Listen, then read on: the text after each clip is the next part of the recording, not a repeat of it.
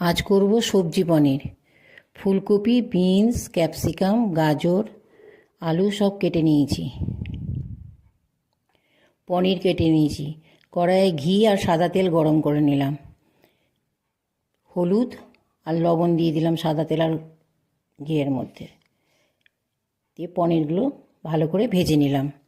ওই তেলেই গাজর, বিনস, ফুলকপি, আলু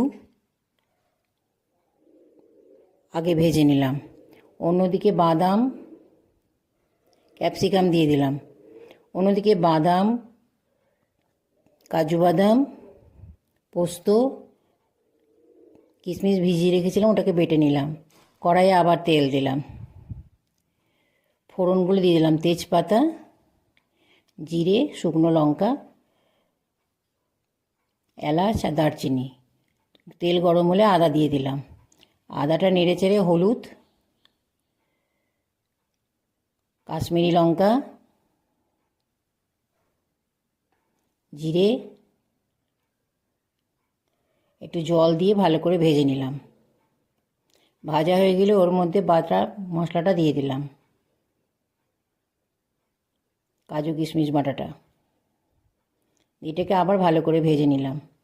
লবণ দিলাম, একটু চিনি দিলাম।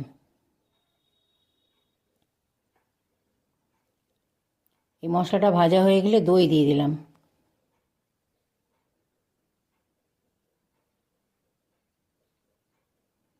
দই দিয়ে আবার ভাজলাম।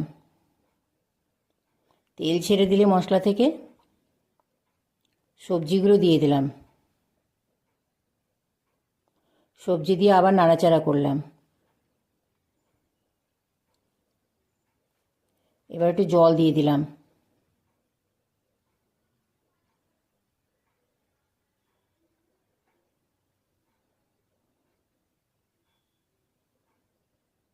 এখানে আমি একটু গরম জল ব্যবহার করেছি।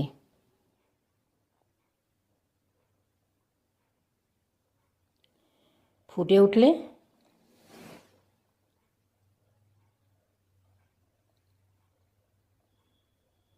পনিরগুলো দিয়ে দিলাম,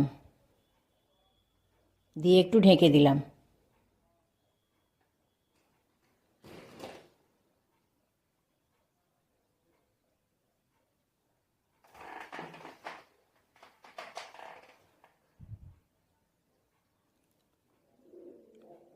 হয়ে গেলে গরম মশলা আর ঘি দিয়ে দিলাম উপর থেকে, দিয়ে আবারও ঢেকে দিলাম।